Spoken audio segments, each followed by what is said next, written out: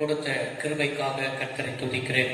இந்த நாளிலும் கூட இதன் வாயிலாக உங்களை பார்க்கவும் உங்களோடு கூட கர்த்தருடைய வார்த்தையை பகிர்ந்து கொள்ளவும் தேவன் தந்த நல்ல வாய்ப்புகளுக்காக நான் கர்த்தரை துதிக்கிறேன், ஆண்டவரை மகிமைப்படுத்துகிறேன். இந்த நாளிலும் கூட யோசுவாவின் புத்தகம் 1ஆம் அதிகாரம் 9வது வசனத்தை ஆண்டவர் என் மனதில் கொண்டு வந்தார். நான் உனக்கு கட்டளையிடவில்லையா? பலம் கொண்டு திடமனதாயிரு, திகையாதே, கலங்காதே, நீ போகும் இடமெல்லாம் உன் தேவனாயிருக்கிற கர்த்தர் உன்னோடு இருக்கிறார் என்றார். வானத்தை பூமியை உண்டாக்குன சர்வ வல்லமை உள்ள தெய்வமே, எங்க அன்பு தகப்பனே, இந்த கால வேளையில கூட ஆண்டவரே சொல்றவருடைய வார்த்தையை ஆண்டவரே தியானிக்க நாங்கள் கடந்து வந்திருக்கிறோம். ஆண்டவரே, இந்த காணொளி மூலமாய் எங்கெங்கெல்லாம் தங்களுடைய வீடுகளில் அமர்ந்து கர்த்தருடைய வார்த்தையை கவனிக்கிறார்களோ, கர்த்தருடைய வார்த்தையை கேட்கிறார்களோ, என் ஆண்டவர் உடைய வார்த்தை ஒருபோதும் வெறுமையாய் திரும்புவதில்லை. உடைய வார்த்தையின் ஆசீர்வாதத்தை உடைய பிள்ளைகள் பெற்றுக் கொள்ளத்தக்கதாக மனுஷன் அப்பத்தினால் மாத்திரமல்ல, கர்த்தருடைய வாயிலிருந்து புறப்படுகிற ஒவ்வொரு வார்த்தையிலும் பிழைப்பான் என்று எழுதியிருக்கிற வேதவசனத்தின்படி நீ பேசும் நாங்கள் கேட்கிறோம். இயேசுவின் நாமத்தில் பிதாவே, ஆமென். யோசுவாவின் புத்தகம் 1ஆம் அதிகாரம் 9வது வசனத்தில் இவ்வாறாய் வாசிக்கிறோம். நான் உனக்கு கட்டளையிடவில்லையா? பலம் கொண்டு திடமனதாயிரு, திகையாதே, கலங்காதே, நீ போகும் இடமெல்லாம் உன் தேவனாய் இருக்கிற கர்த்தர் உன்னோட இருக்கிறார் என்றார். எனக்கு அருமையான கர்த்தருடைய பிள்ளைகளே, இந்த யோசுவாவின் புத்தகம் 1ஆம் அதிகாரத்தில் நாம் இவ்வாறாய் அதனுடைய பின்னணியத்தை விளங்கிக் கொள்ள முடிகிறது. யோசுவா 1ஆம் அதிகாரம் 1வது வசனம், கர்த்தரின் தாசனாயிருக்கிற மோசே மரித்த போது இஸ்ரவேல் ஜனங்களை ஆண்டவர் எகிப்தின் அடிமைத்தனத்தில் 40 வருஷமாய் ஆண்டவர் என்ன செய்தார்? மோசே என்கிற ஒரு தலைமைத்துவத்தின் மூலமாய் தம்முடைய ஜனங்களை அற்புதமாய் வனாந்தரத்தில் நடத்தி கொண்டு வந்தார். மோசே அற்புதமாய் நடத்தி கொண்டு வந்த ஒரு பெரிய தலைமைத்துவம், மோசேயுடைய தலைமைத்துவத்தின் கீழ் இருந்தவர் தான் இந்த யோசுவா. மோசே மரித்து போகிறார். மோசேயுடைய தலைமைத்துவத்தில் எப்படியெல்லாம் ஜனங்களை நடத்தினார், அந்த ஜனங்கள் எந்த அளவுக்கெல்லாம் மோசைக்கு எதிர்த்திருந்தார்கள், மோசை விரோதமாய் முறுமுறுத்தார்கள், மோசை விரோதமாய் என்ன காரியங்கள் எல்லாம் செய்தார்கள் என்பதை அவனுடைய மோசையுடைய ஊழியனாயிருக்கிற இந்த யோசுவா நன்கு அறிந்தவர், கண்ணால பார்த்தவர். இப்பொழுது மோசே மரித்து போன பின்பாக அந்த தலைமைத்துவம் யோசுவாவின் கைகளில் வருகிறது. யோசுவாவின் கைகளில் வரும் பொழுது இஸ்ரவேல் ஜனங்களை, 6 லட்சம் புருஷர்களை, பணங்காக்களுக்குள்ளவர்களை, இப்படிப்பட்டதான ஜனங்களை எப்படி நடத்தி செல்வது என்று சொல்லி திகைத்துக் கொண்டிருக்கும் பொழுது, கலங்கிக் கொண்டிருக்கும் பொழுது, மனம் பதறிக் கொண்டிருக்கும் பொழுது, பயந்து கொண்டிருக்கும் பொழுது அவனுடைய வார்த்தை தான் கடந்து வருகிறது. யோசுவாவே, நீ என்ன செய்ய வேண்டும் என்று சொன்னால் நான் உனக்கு ஒரு வார்த்தையை தருகிறேன். யோசுவா 1ஆம் அதிகாரம் 5வது வசனத்தில், நீ உயிரோடு இருக்கும் நாளெல்லாம் ஒருவனும் உனக்கு முன்பாக எதிர்த்து நிற்பது இல்லை. நான் மோசையோடு இருந்தது போல உன்னோடு இருப்பேன். நான் உன்னை விட்டு விலகுவதில்லை, உன்னை கைவிடுவதில்லை. பலம் கொண்டு கிடவனாயிரு. இந்த ஜனத்தின் பிதாக்களுக்கு நான் கொடுப்பேன் என்று ஆணையிட்ட தேசத்தை நீ இவர்களுக்கு பங்கிடுவாய். எனக்கு அருமையான கர்த்தருடைய பிள்ளைகளே, நீ பலம் கொண்டு கிடவனாயிரு. மோசே மரித்து போனார் என்று சொல்லி உன்னுடைய மனம் பதற வேண்டாம், உன் மனம் திகைக்க வேண்டாம், உன் மனம் கலங்க வேண்டாம். நான் மோசையோடு இருந்தது போல நான் உன்னோடு கூட இருப்பேன் என்பதை ஆண்டவர் யோசுவாவுக்கு சொல்லி யோசுவாவை தைரியப்படுத்துகிறார். இந்த காலவேளையில கூட எனக்கு அருமையான கர்த்தருடைய பிள்ளைகளே, எந்த ஒரு காரியத்தை குறித்து நம்பிக்கை இழந்து, நம்பிக்கை கலந்து, கலங்கிக் கொண்டு, பதறிக்கொண்டு, ஒரு திடமான மனதில்லாதபடி நீங்கள் வாழ்ந்து கொண்டிருக்கிறீர்களா? கர்த்தர் உங்களை பார்த்துதான் கர்த்தர் இன்றைக்கு பேசிக் கொண்டிருக்கிறார். நீ பலம் கொண்டு திடமனதாய் இரு. ஆமென். இந்த பிரசங்கத்தின் தலைப்பு என்ன தலைப்பு என்று சொன்னால், நீ பலம் கொண்டு திடமனதாய் இரு. ஆண்டவர் உன்னை பார்த்துதான் சொல்லுகிறார். ஏதோ ஒரு காரியத்தில் அல்லேலூயா மனதளவில் நீங்கள் போராட்டத்தை சந்தித்துக் கொண்டிருக்கிறீர்கள், மனதளவில் அல்லேலூயா சோர்வை சந்தித்துக் கொண்டிருக்கிறீர்கள், உடைய வாழ்க்கையில் ஒரு கலக்கத்தோடு கூட அமர்ந்து கொண்டிருக்கிறீர்கள். ஆண்டவர் ஆண்டவர் இன்றைக்கு கலங்காதே, திகையாதே, நீ போகிற இடங்களெல்லாம் உன் தேவனாயிருக்கிற கர்த்தர் நம்மோடு கூட இருக்கிறேன், நீ பலப்பட்டு திடமனதாகிறே என்று சொல்லி நான் உனக்கு கட்டளையிடவில்லையா என்பதை ஆண்டவர் உனக்கு என்ன செய்கிறார், நினைவுபடுத்திக் கொண்டிருக்கிறார். இப்படி என்றால் ஆண்டவர் நம்மளுக்கு இன்றைக்கு கட்டளையிட்டிருக்கிறார். நம்முடைய மனதை சோர்ந்து போகாதபடிக்கு நம்ம என்ன செய்வோம், காத்துக் கொள்வோம். நம்முடைய தேவனாயிருக்கிற கர்த்தர் நம்ம கூட இருக்கிறேன் என்பதை ஆண்டவர் நம்ம கூட என்ன செய்து கொண்டிருக்கிறார், உறுதிப்படுத்திக் கொண்டிருக்கிறார் என்பதற்கு எந்த விதமான சந்தேகமும் இல்லை. நாம் பலம் கொண்டு திடமனதாய் இருக்க வேண்டும் என்றால் நாம் முதலாவது என்ன செய்ய வேண்டும்? இன்றைக்கு அநேகர் சொல்வார்கள், என்ன சொல்வார்கள் என்றால், தைரியமா இருக்கணும்னு நினைக்கிறேன், என் மனதை நான் என்ன செஞ்சிடக்கூடாது, திரட்டி அடைவதற்கு விட்டுக் கொடுத்து விடக்கூடாது என்பதான் நினைக்கிறேன், இந்த காரியத்தை செய்யக்கூடாது, இப்படி இருக்கக்கூடாது, இதை செய்ய வேண்டும் என்று சொல்லி தான் நான் நினைக்கிறேன். ஆனாலும் என்னால் என்ன செய்ய முடியவில்லை. நான் என்ன செய்ய சோர்ந்து போய் விடுகிறேன். என் மனம் பதறி போகிறது. என் மனம் என்ன செய்கிறது என்று சொன்னால் உடைந்து போகிறது. என்ன செய்வது என்று சொல்லி தெரியவில்லை என்று சொல்லி பலவிதமாக காரியங்களை சொல்வதை நான் என்ன செய்திருக்கிறேன், கேள்விப்பட்டிருக்கிறேன். இந்த வார்த்தையை கேட்டுக்கொண்டிருக்கிற தேவ ஜனமே, நீங்கள் யாராயிருந்தாலும் சரி, நீங்கள் பலம் கொண்டு திடமனதாய் இந்த நாட்களில் இருக்க வேண்டும் என்று சொன்னால் ஆண்டவர் ஒரு 3 காரியத்தை நம்மளோடு கூட என்ன செய்கிறார், பேச ஆசையாயிருக்கிறார். நாம் என்ன காரியத்தை செய்ய வேண்டும், என்ன காரியத்தை செய்யும் பொழுது நம்முடைய மனம் பலம் கொண்டு திடமனதாய் என்ன செய்யவிடும் இருக்கும் என்பதை ஆண்டவர் நமக்கு என்ன செய்திருக்கிறார், நினைவுபடுத்தியிருக்கிறார். யோசுவாவின் புத்தகம் 1ஆம் அதிகாரம் 7வது வசனத்தில் இவ்வாறாய் வாசிக்கிறோம், என் தாசனாகிய மோசே உனக்கு கற்பித்த நியாய பிரமாணத்தின்படி எல்லாம் செய்ய கவனமாயிருக்கும் மாத்திரத்தில் நீ மிகவும் பலம் கொண்டு திடமனதாயிரு. நீ போகும் இடமெல்லாம் புத்திமானாய் நடந்து கொள்ளும்படி அதை விட்டு வலதுபுறமும் இடதுபுறமும் சாயாதிருப்பாயாக. ஆண்டவர் என்ன சொல்கிறார் என்று சொன்னால், நியாய பிரமாணத்தின்படி செய்ய நீ கவனமாயிருக்கணும். இந்த நியாய பிரமாண புஸ்தகம் 8வது வசனத்தில் வாராய் வாசிக்கிறோம், இந்த நியாய பிரமாண புஸ்தகம் உன் வாயை விட்டு பிரியாதிருப்பதாக. இது எழுதியிருக்கிறவைகளெல்லாம் படி செய்ய நீ கவனமாயிருக்கும்படி இரவும் பகலும் அதை தியானித்துக் கொண்டிருப்பாயாக. அப்பொழுது உன் வழியை வைக்கப்படுவார், அப்பொழுது புத்திமானாயோ என்ன செய்வாய், நடந்து கொள்வாய் என்று என்ன செய்யப்பட்டிருக்கிறது, எழுதப்பட்டிருக்கிறது. ஆண்டவர் என்ன சொல்லுகிறார், நீ நியாயப்பிரமாண புஸ்தகம் உன் வாயை விட்டு பிரியாமல் இருக்க வேண்டும். நீ நியாயப்பிரமாண புஸ்தகம் இரவும் பகலும் நீ தியானம் செய்ய வேண்டும். இந்த நியாயப்பிரமாண புஸ்தகத்தை விட்டு நீ வலதுபுறமாவது இடதுபுறமாவது சாயாது இருக்க வேண்டும். அப்படி நீ இருக்கும் பொழுது உன் வழியை நீ வைக்கப்படுவாய், நீ புத்திமானாய் நடப்பாய், நீ செய்வதெல்லாம் ஆண்டவர் என்ன செய்வார், வாய்க்கப்படுவார் என்று என்ன செஞ்சிருக்கிறது, எழுதப்பட்டிருக்கிறது. எனக்கு அருமையான தேவனுடைய ஜனமே, ஆண்டவர் நமக்கு பலம் கொண்டு திடமனதாய் இருக்க வேண்டும் என்றால் ஆண்டவரிடத்தில் என்ன எதிர்பார்க்கிறார் என்றால் கர்த்தருடைய வார்த்தையின்படி நாம் நடக்க வேண்டும். இன்றைக்கு ஆண்டவர் நம்மிடத்தில் எதிர்பார்ப்பதெல்லாம், எந்த மனிதன் கர்த்தருடைய வார்த்தையின்படி நடக்கிறானோ அந்த வார்த்தையின்படி நடக்கிறவன் தான் வெற்றிமானாய் இருப்பான். அவன் செய்வத வாய்க்கும். அந்த கர்த்தருடைய வார்த்தையின்படி நடக்கிறவன் தான் என்ன நடக்கும் என்றால் அவனுக்குள் பலம் கொண்டு திடமனதாய் இருக்க முடியும். இன்றைக்கு ஆண்டவருடைய வார்த்தையை நாம் விட்டுவிடும் பொழுதுதான் நம்முடைய வாழ்க்கையில் என்ன செய்ய சொன்னால் பலவிதமான போராட்டங்களை நம்ம சந்திக்க வேண்டியது இருக்கிறது. இன்றைக்கு ஏதோ ஒரு காரியங்கள் நம்மளுக்குள்ள போராட்டங்கள் பாடுகள் வருகிறது என்று சொன்னால் நாம் நினைத்துக் கொள்ள வேண்டும், ஏதோ ஒரு காரியத்தில் நாம் ஆண்டவருடைய காரியத்தில் ஆண்டவருடைய வார்த்தையின் காரியத்தில் நாம் தவறி இருக்கிறோம். எந்த காரியத்தில் தவறி இருக்கிறோம் என்பதை நம்மை நாமே ஒரு பரிசோதனை செய்து பார்க்க வேண்டிய நாம் ஒரு காலகட்டத்தில் என்ன செய்கிறோம் இருக்கிறோம் என்பதை நீங்கள் விளங்கிக் கொள்ள வேண்டும். எனக்கு கர்த்தருடைய பிள்ளைகளை கர்த்தருடைய வார்த்தையை விட்டுவிட்டு இந்த நாட்களில் கர்த்தருடைய கோபத்தின் நாட்கள் எங்கு பார்த்தாலும் கொரோனாவுடைய 2வது அலை தீவிரமாய் பரவிக் கொண்டிருக்கிறது. ஆண்டவர் என்ன செய்கிறார் என்று சொன்னால் அவருடைய கோபத்தின் வெளிப்பாடாக தான் இந்தியாவில் என்ன செய்யப்படுகிறது பார்க்க முடிகிறது. எனவே இந்த நாட்களில் அவருடைய நாமம் தரிக்கப்பட்ட கர்த்தருடைய பிள்ளைகள், ரட்சிக்கப்பட்ட பிள்ளைகள் நாம் எப்படி இருக்கிறோம், நம்முடைய வாழ்க்கை எப்படி இருக்கிறது, நம்முடைய குடும்பம் எப்படி இருக்கிறது, நாம் கர்த்தருடைய வார்த்தையின்படி வாழ்கிறேனா, கர்த்தருடைய வார்த்தையை விட்டு வாழ்கிறேனா? இன்றைக்கு அநேகர் தன்னை பரிசோதனை செய்து பார்ப்பதில்லை. ஒவ்வொரு நாளும் ஆண்டவருடைய வார்த்தையின்படிதான் என் குடும்பம் இருக்கிறதா, யோகுவை போல என் பிள்ளைகள் ஒருவேளை தன்னுடைய இருதயங்களில் பாவம் செய்திருப்பார்கள் என்று சொல்லி தன்னுடைய பிள்ளைகளுக்காக ஒரு பலி செலுத்துகிறதான ஒரு தலைவனாக யோகு காணப்பட்டார்.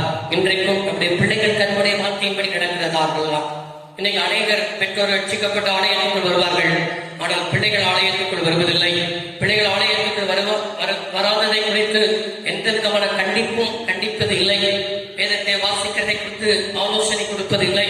வேதத்தின்படி நடப்பதை குறித்து ஆலோசனை கொடுப்பதில்லை.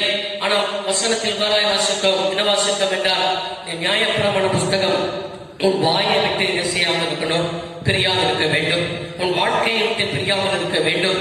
உன்னுடைய செய்கையை விட்டு பிரியாமல் இருக்க வேண்டும் என்பதை தான் கர்த்தர் இடத்தில் என்ன செய்கிறார், எதிர்பார்க்கிறார்.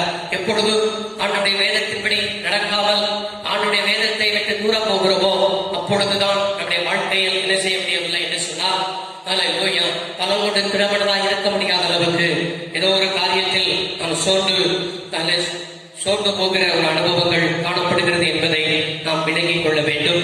ஆண்டவருடைய வார்த்தையின்படி நடப்பதற்கு ஆண்டவர் நமக்கு இன்றைக்கு எதிர்பார்க்கிறார். 119 சங்கீதத்தில் இவ்வாறாய் நம்ம என்ன செய்யப்படுகிறது, வேதத்தை குறித்து 119 சங்கீதத்தில் அநேக வசனங்கள் இருந்தாலும் ஒரு சில வசனங்களை உங்கள் கண்களுக்கு முன்பாய் கொண்டு வருகிறேன்.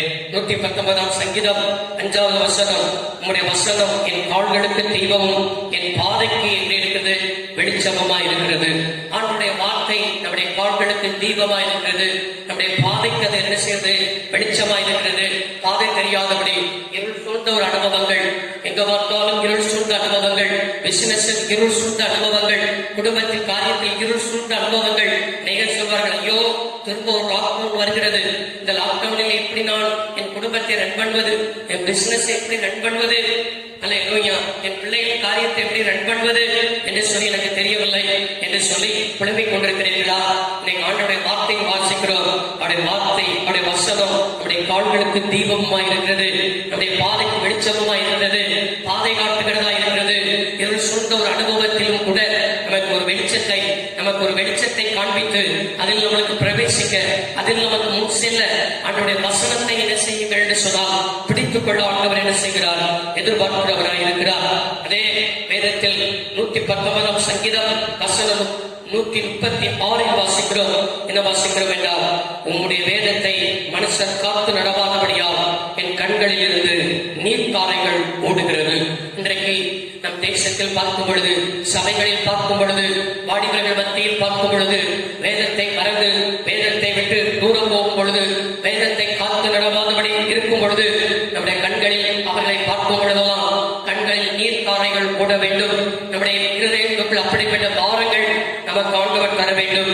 வேதத்தின்படி நடக்கிற உத்தம வாக்கக்காரர்கள் தான் என்ன செய்கிறவர்கள், பாக்கியவான்கள். இந்த பூமியில் நம்முடைய வேதத்தின்படி நடக்கிற மனுஷங்களை ஆண்டவர் தேடிக்கொண்டிருக்கிறார். இன்றைக்கும் ஆண்டவரே, நம்முடைய வார்த்தையின்படி நடக்கிற ஒரு மனுஷனாய் நான் வாழும் பொழுது என் வழியை வாய்க்கப்படுகிறவர், எனக்கு திடமனதாய் இருக்க கர்த்தர் என்ன செய்கிறவர், எனக்கு நான் செய்கிறவர் என்பதற்கு எந்த விதமான சந்தேகமும் இல்லை. இரண்டாவதாக, நாம் பலம் கொண்ட திடமனதாய் இருக்க நாம் என்ன செய்ய வேண்டும் என்றால், யோசுவாவின் புத்தகத்தை நீங்கள் என்னோடு கூட சேர்ந்து திருப்பிக் கொள்ள என்ன செய்கிறேன், அன்பாய் கேட்டுக் கொள்கிறேன். யோசுவாவின் புத்தகம் 1ஆம் அதிகாரம் 1வது வசனத்தில் வாராய் வாசிக்கிறோம். கர்த்தரின் தாசனாகிய மோசே மரித்த போது கர்த்தர் மோசேயின் ஊழியக்காரனான நூனின் குமாரன் யோசுவாவை நோக்கி, என் தாசனாகிய மோசே மரித்து போனான், இப்பொழுது நீயும் இந்த ஜனங்கள் யாவரும் எழுந்து இந்த யோர்தானை கடந்து இஸ்ரவேல் புத்திரருக்கு நான் கொடுக்கும் தேசத்திற்கு போங்கள். ஆண்டவர் மோசே மரித்த போது அவனுடைய உடன்மொழியனாயிருக்கிற யோசுவாவை பார்த்து சொல்கிறார், நீயும் உன்னோட கூட இருக்கிற ஜனங்களும் இந்த யோர்தானை விட்டு என்ன செய்யுங்கள், கடந்து போங்கள் என்று சொல்லி ஆண்டவர் இவனை தலைமைத்துவத்திற்கு என்ன செய்கிறார், அழைக்கிறார். அழைக்கும் பொழுது என்னுடைய வாழ்க்கையில் என்ன செய்கிறது என்று சொன்னால், நான் எவ்வாறாய் பார்க்கிறேன் என்று சொன்னால், அவனுக்குள்ள ஒரு பயம். ஐயோ, பெரிய தலைமை மோசைக்குள் ஆண்டவர் இருந்தார், மோசை அற்புதமாய் நடத்தி வந்தார். அந்த ஜனங்களே அந்த மோசைக்கே என்ன செய்தார்கள், எதிர்த்து வந்தார்கள்.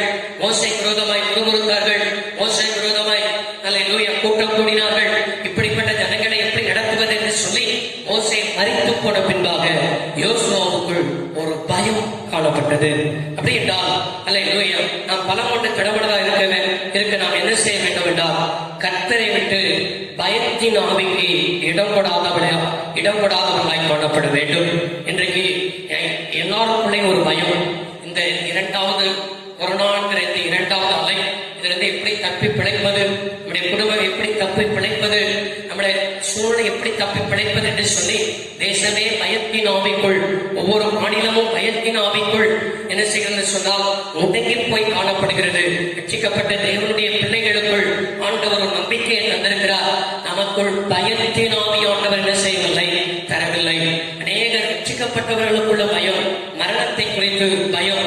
இன்றைக்கும் அல்லேலூயா, மரணமே கூறங்கே, பாதாளமே ஜெயமெங்கே என்ற ஆண்டவர் என்ன செய்திருக்கிறார், அவர் எழுதி தந்திருக்கிறார். எனவே இந்த உலகத்தின் ஓட்டத்தை முடிப்பதை குறித்து நாம் எப்பொழுதும் என்ன செய்யக்கூடாது என்று சொன்னால் பயத்தோடு நாம் காணப்படக்கூடாது. இன்றைக்கு பயத்தின் ஆவிக்கு நீங்க என்ன செய்யாதீர்கள், இடம் கொடாதீர்கள். பயம் பிசாசுடைய ஒரு பெரிய ஆயுதம். உங்கள் பிள்ளைகளை குறித்த பயம். பெற்றோரிடத்துல கேட்டா, பாஸ்டர் என்னுடைய மகன் பெங்களூர்ல இருக்கிறார், என்னுடைய மகன் சென்னையில் இருக்கிறார், எப்படி இருக்கிறார் தெரியவில்லை, அவருக்காக ஜெபியுங்கள். அல்லேலூயா. நீங்கள் பாருங்கள், நான் உங்களுக்கு சொல்கிறேன், ஆண்டவர் சொன்னார், மனம் கொண்டு திடவனதாயிரு, கலங்காதே, திகையாதே, உன் தேவனாயிருக்கிற கர்த்தரோடு கூட என்ன செய்கிறார், இருக்கிறார். நாம் இருக்கிறதனை எந்த இடமா இருந்தாலும், வேலை பார்க்கிற எந்த ஸ்தலமா இருந்தாலும், அல்லேலூயா, நமக்கு யார் கூட இருக்கிறார்களோ இல்லாமல் போகிறார்களோ, நம்முடைய தேவனாயிருக்கிற கர்த்தர் நம்மளோடு கூட இருக்கிறார் என்பதை என்ன செய்யாதீர்கள், மறந்து போகாதீர்கள். எனவே அவர் நம்மளோடு கூட இருக்கும் பொழுது பயத்தின் ஆவிக்கு என்ன செய்யாதீர்கள், இடம் கொடாதீர்கள். பயத்தின் ஆவியை உங்களை விட்டு என்ன செய்யுங்கள், விரட்டி போடுங்கள். பெரிய தலைமைத்துவத்தை கண்டு அல்லேலூயா யோசுவாவே என்ன செய்கிறார், அந்த ஜனங்களை எப்படி நடத்துவது என்பதை பயந்து கொண்டிருக்கும் பொழுதுதான் ஆண்டவர் அழகாய் சொன்னார், அல்லேலூயா, நீ உயிரோடு இருக்கும் நாளெல்லாம் ஒருவனும் உனக்கு முன்பாக எதிர்த்து நிற்பது இல்லை. நான் மோசையோடு இருந்தது போல நான் உன்னோடு கூட இருப்பேன். யோசுவாவின் தலைமைத்துவத்தில் வேதத்தில் வாசித்து பாருங்கள், எந்த ஒரு இஸ்ரவேல் ஜனங்களும் எதிர்த்து நிற்காத அளவுக்கு கர்த்தர் அவனோடு கூட இருக்கிறார் என்பதை எல்லா இஸ்ரவேல் ஜனங்களும் அறிந்து கொள்ளத்தக்கதாக எல்லாருடைய கண்களுக்கு முன்பாக யோசுவாவை ஆண்டவர் என்ன செய்தார், மேன்மைப்படுத்தினார். மோசேயின் தலைமைத்துவத்தில் கூட எதிர்த்து நின்றார்கள். ஆனால் யோசுவாவின் தலைமைத்துவத்தில் யாரும் எதிர்த்து நிற்காதபடிக்கு ஆண்டவர் என்ன செய்தார், எல்லாருடைய வாய்களும் அடைக்கத்தக்கதாக தேவன் அனுக்கிரகம் செய்தார் என்பதற்கு நாம் வேதத்தில் அறிந்து கொள்ள முடிகிறது. எனவே கர்த்தருடைய பிள்ளைகளே, இதே போலதான் ஆண்டவர் ஒரு சாதாரண அல்லேலூயா ஒரு மனிதனை ஆண்டவர் அழைக்கிறார். அல்லேலூயா, கிதியோனை குறித்து நம்ம வேதத்தில் வாசிக்க முடிகிறது. கிதியோன் மிதியானியர்களுக்கு பயந்து மிதியானியருடைய கைகளுக்கு தானியத்தை தப்பு வைப்பதற்காக போரடித்துக் கொண்டிருக்கிறார்.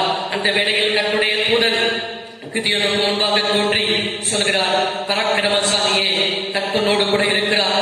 ஒரு மனுஷனை முறியடிக்கிறதை போல நீ மீதியானியர்களை என்ன செய்வாய், முறியடிப்பார் என்று ஆண்டவர் சொல்கிறார். இந்த மனுஷனை ஆண்டவர் மீதியானியர்களை முறியடிக்க மீதியானியருடைய கைகளில் 7 வருஷத்தை இஸ்ரவேல் ஜனங்களை என்ன செய்தார், விட்டுக் கொடுத்திருந்தார். இப்படிப்பட்ட ஒரு சூழ்நிலையில் ஆண்டவர் இந்த மனிதனை அழைக்கிறார். இந்த மனிதனை அழைத்து ஒரு மனுஷனை முறியடிக்கிறதை போல மீதியானியர்களை முறியடிக்க ஒரு சாதாரண கிதியோனை ஆண்டவர் தெரிந்து கொள்கிறார். தெரிந்து கொண்டு மீதியானியர்களுக்கு முன்பாக நிறுத்தும் பொழுது ஆண்டவர் அழகாய் சொன்னார், ஜனங்கள் ஏராளமாய் இருக்கிறார்கள், ஜனங்கள் திரளாய் இருக்கிறார்கள். இவர்களை கொண்டு இந்த மீதியானியர்களை முறியடித்தால் இவர்கள் சொல்வார்கள், எனக்கு விரோதமாய் வீம்பு பேசுவார்கள், நான் தான் இவர்களை முறியடித்தேன், மீதியானியர்களை முறியடித்தேன் என்று சொல்லி எனக்கு விரோதமாய் வீம்பான காரியங்களை சொல்வார்கள். எனவே கிதியோனே, நீ ஒன்று செய். நியாயாதிபதிகள் 7ஆம் அதிகாரம் 3வது வசனம், பயமும் திகிலும் உள்ளவன் எவனோ அவனை திரும்பி கிளையா மலையிலிருந்து விரைவாய் ஓடிப்போக கடவன் என்று சொல், நீ ஜனங்களின் செவிகள் கேட்க பிரசித்தப்படுத்து என்றார். அப்பொழுது ஜனத்தில் 27,000 பேர் திரும்பி போய்விட்டார்கள்.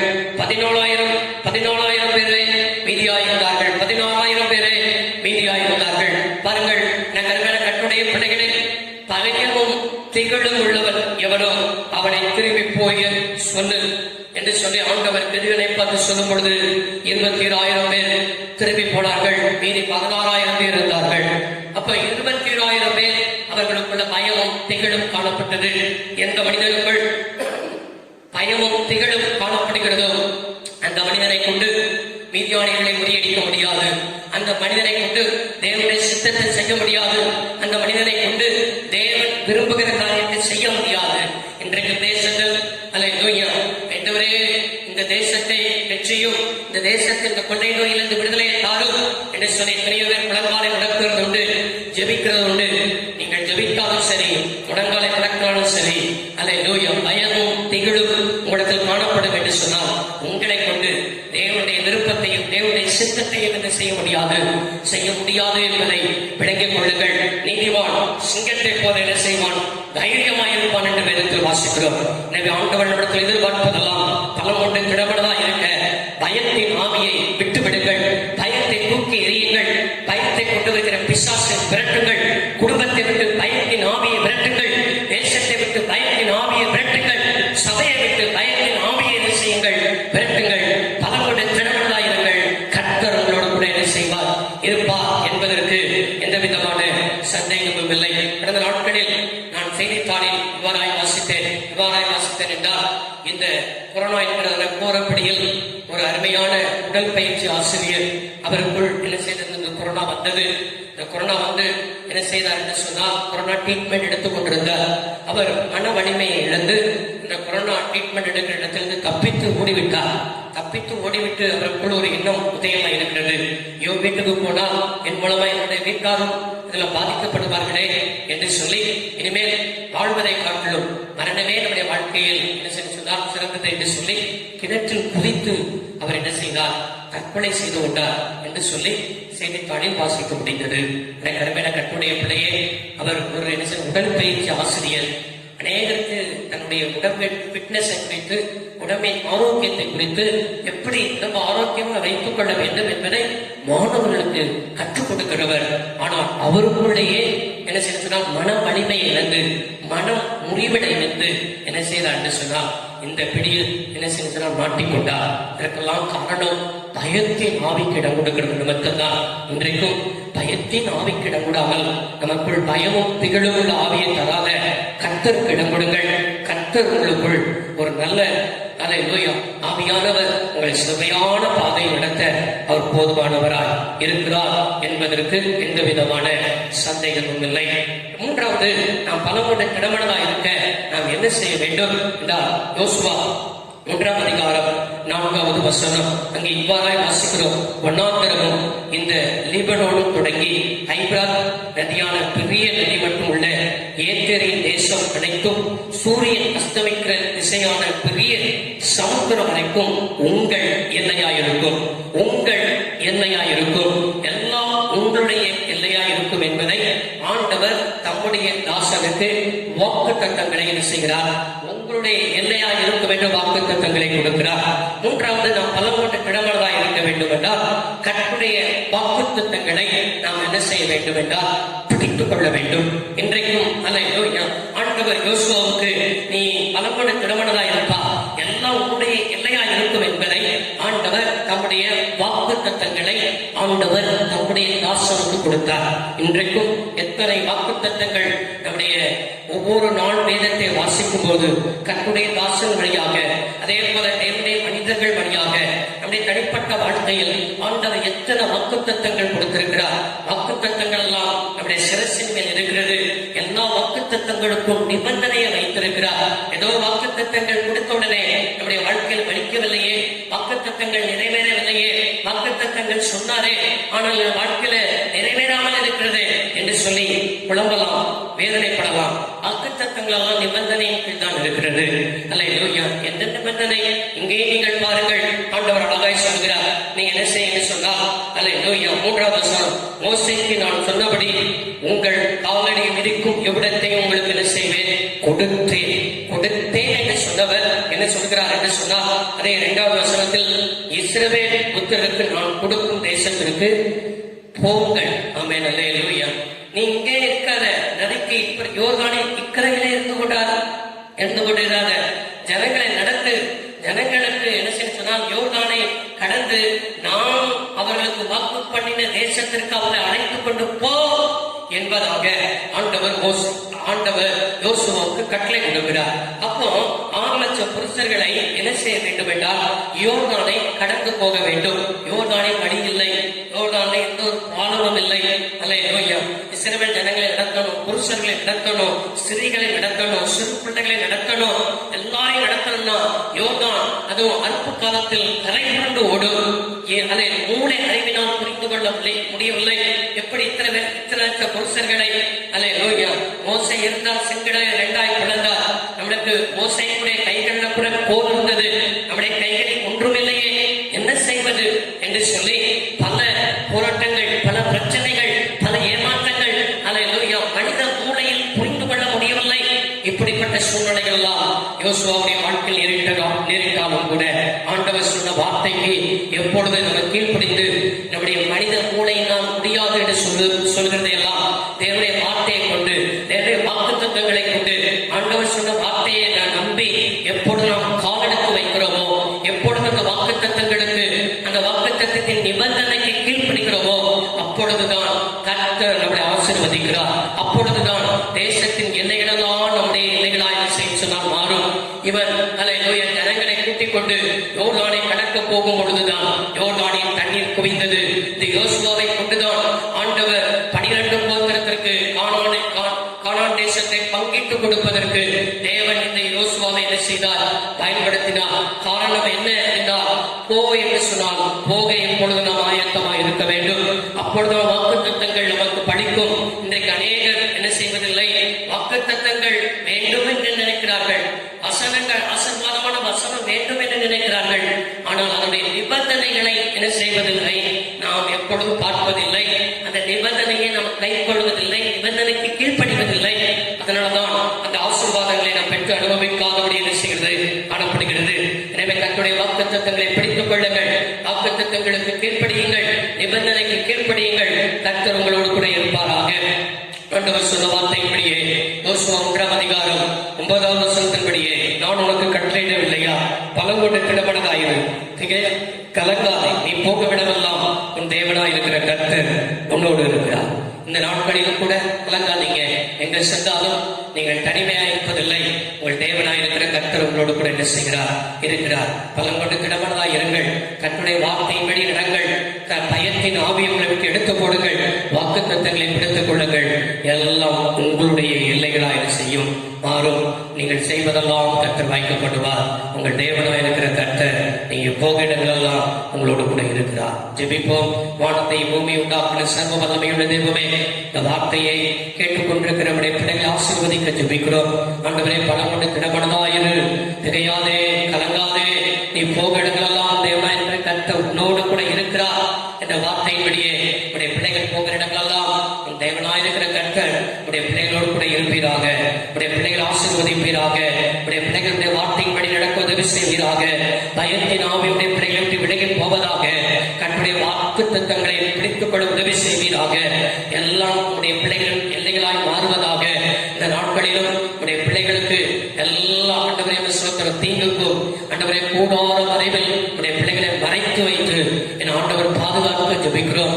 எல்லா தேவைகளை சந்திக்க ஜெபிக்கிறோம். இந்த லாக்டவுன் நாட்களில் உடைய பிள்ளைகள் சகல தேவைகள் சந்திக்கப்படுவதாக.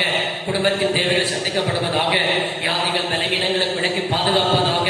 உன்னதமானவரின் மறைவில் இருக்கிறவர் சர்வ வல்லவரின் நிலையில் தங்குவான் என்ற வார்த்தையின்படி உடைய நிலையில் தங்கியிருக்க கர்த்தர் கிருபைதாரும் எல்லாரையும் பாதுகாத்துக் கொள்ளும். ஆசீர்வதியும். பிதா, குமாரன், பரிசுத்தாவின் நாமத்தில் ஆசீர்வதிக்கிறேன்.